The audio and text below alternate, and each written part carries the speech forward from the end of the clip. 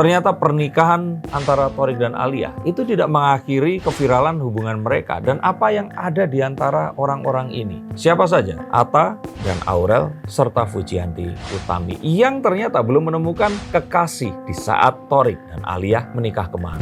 Mungkin kalau secara Thorik sudah melepaskan ini semua walaupun dalam hati kita nggak tahu, tapi kartu saya melihat bahwa belum bisa move on sepenuhnya. Fuji pun sebenarnya sudah bisa merelakan ini. Nah tapi ini terus kemudian jadi berbeda saat Atta dan Aurel dikabarkan ini turun gelanggang juga. Pernikahannya Alia sama Thorik ini seperti apa? Apakah akan bisa langgeng? Sebenarnya kalau dibilang langgeng karena kita tahu bahwa Thorik ini akhirnya menikah dengan Alia. Ini sebenarnya adalah jalan keluar juga karena kemarin nggak akan bisa juga sama Fuji.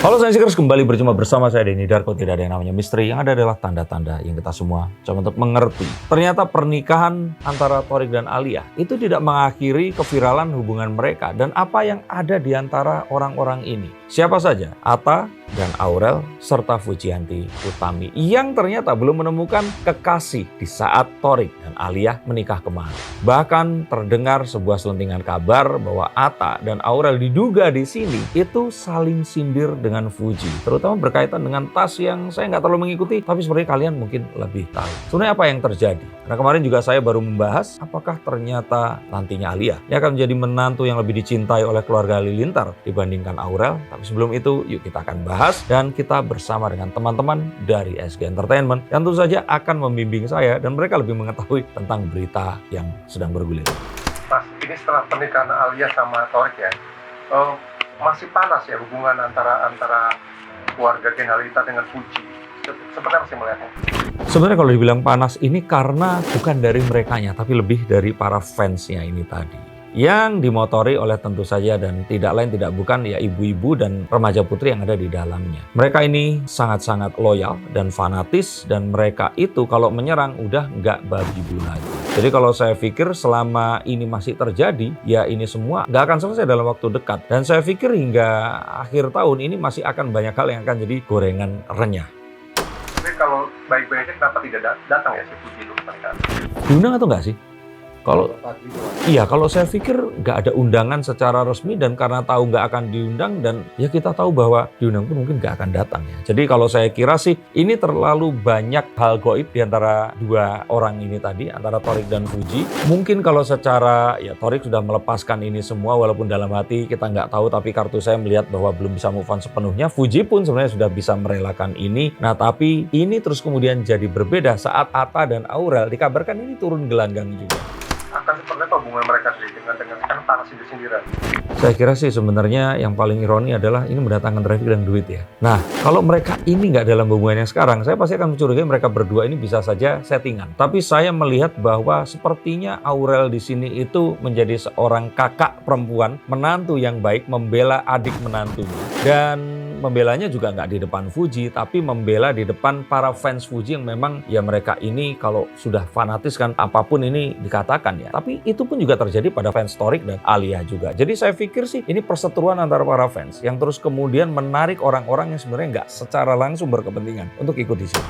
Terus pernikahannya Alia sama Thorik sendiri seperti apa? Apakah akan bisa langgeng?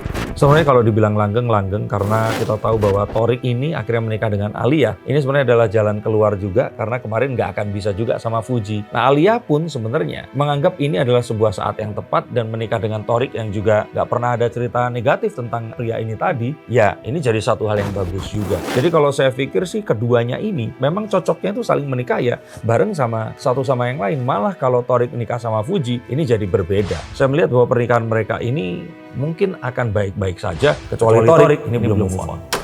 Akan langgeng gitu. Masih akan langgeng kalau saya lihat. Kalau yang saya lihat lagi di sini, sebenarnya kan kita memulai ini semua.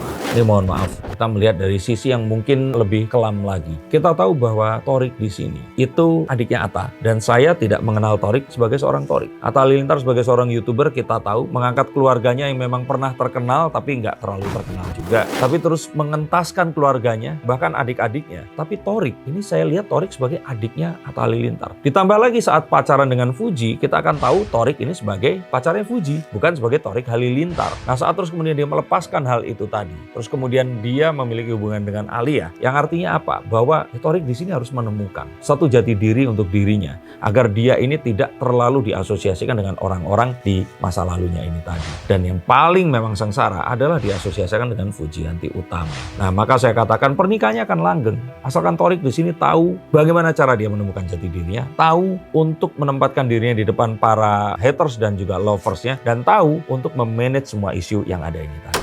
Dan dari Gen Halilintar, siapa yang nyusul Thorik ini? Apakah juga akan menikah dan ketemu mantu artis lagi? Saya kira kita akan lihat ini lebih dari ceweknya ya, bukan dari cowoknya. Dan mungkin juga kalau yang agak terkenal lagi kan Saih ya. Tapi Saih ini juga kayaknya nggak akan menikah dalam waktu cepat. Dan kalaupun ternyata artis, saya masih tetap melihat kemungkinan itu ada. Karena Atta ini memang sangat alfa dan adik-adiknya look up atau ingin meniru kakaknya ini tadi.